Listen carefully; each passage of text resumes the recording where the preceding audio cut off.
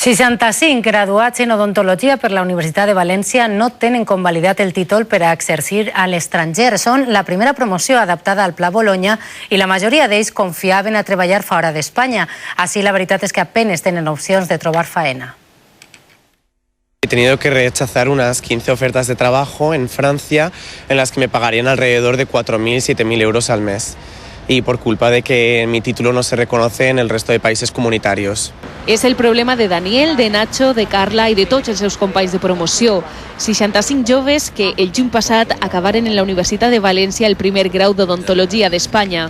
Una titulació adaptada al Pla Europeu de Bolonya que el Ministeri d'Educació no ha homologat encara. Dicen que a lo mejor ha sido un papel que se ha perdido, un fallo en la administración, una mala gestión, una mala comunicación entre el Ministerio y la Universidad de València, pero no sabemos exactamente cuál es el problema. Amb les eleccions i el canvi de govern, la solució s'ha alentit i, segons els han dit, encara podria tardar un any a arribar. Es un problema que se debería solucionar en 24 horas. Yo no comprendo cómo el Ministerio no lo soluciona. Actualment, la demanda d'odontòlegs en països com ara França, Anglaterra i Itàlia és altíssima, mentre que així el futur se'ls presenta molt negre. Los 1.200 estudiantes de odontología que hay en este momento en Valencia se van a ir directamente al paro. El 100% de ellos no va a poder trabajar en Valencia. Els afectats demanen solucions. Lo que exigimos es que esto se solucione, que nos digan de verdad qué pasa, porque nadie se moja, nadie dice nada. Fora d'Espanya, este títol no és prou per a treballar.